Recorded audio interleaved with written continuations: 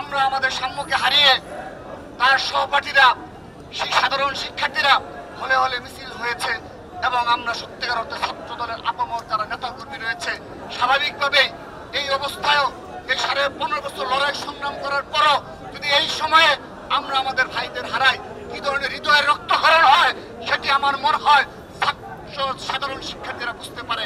কিন্তু এখনো এই দেশে একটি গোষ্ঠী রয়েছে, নিষিদ্ধ সংগঠন রয়েছে, গুপ্ত সংগঠন রয়েছে, যারা এই ঘটনাকে কেন্দ্র করে বিভিন্ন সোশ্যাল মিডিয়ায় এখনো প্রপাগান্ডা অব্যাহত রেখেছে। আমরা নিন্দা জানানোর ভাষা নেই। এরা হলো 71-এর পরাজিত শক্তি, যাদের কোনো লজ্জা শরম নেই এবং যারা যে কোনো বিষয়ে তাদের সেই 71 সালের যে ভূমিকা সেই ভূমিকাকে সোশ্যাল মিডিয়া স্মরণ করিয়ে দেয় যে তারা কতটা হিংস্র হতে পারে, নৃশংস হতে পারে। ছাত্রদল তার ভাইকে হারিয়ে বিভিন্ন দাবি থাকতেই পারে, সেই দাবি বিবেচনা করবে সাধারণ শিক্ষার্থীরা, বিশ্ববিদ্যালয়ের প্রশাসন।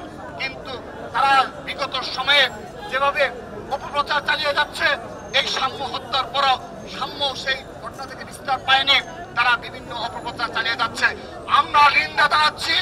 একই সাথে আরেকটি কথা বলতে চাই, যদি আগামীতে এই রাজধানী ঢাকা সহ সারা বাংলাদেশে একজন ছাত্র দলের নেতা কর্মী আক্রান্ত হয় এবং ইন্টারিম সরকার যদি কোনো ব্যবস্থা না নেয়, আমরা সরাসরি সেই সরকারের পদত্যাগের দাবিতে ছাত্র দল রাজপথে নামবে। গ্লিটারের টুইন লেমন ও অ্যান্টিব্যাকটেরিয়াল ফর্মুলা বাসনকে চকচকে জীবাণুমুক্ত করে আমাদের দেয় গ্লিটার গ্যারান্টি।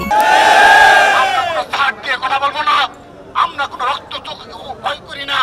আমরা আবারও হুঁশিয়ারি উচ্চারণ করছি, এই ঘটনার সাম্য হত্যার পুঙ্খানুপুঙ্খ বিচার করে সবাইকে খুনিদের গ্রেপ্তার করে দ্রুততম সময়ে সাজা নিশ্চিত করার আহ্বান জানাচ্ছি।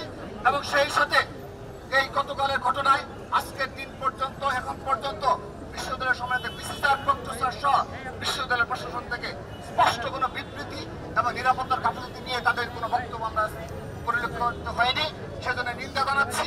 এবং আমাদের যে দাবি, যে সাধারণ শিক্ষার্থীদের দাবির প্রতি সম্মান জানিয়ে তাদের যে দাবি উঠেছে, যে 2টি হত্যাকাণ্ড হয়েছে, অনাকাঙ্ক্ষিত পরিস্থিতি সৃষ্টি হয়েছে।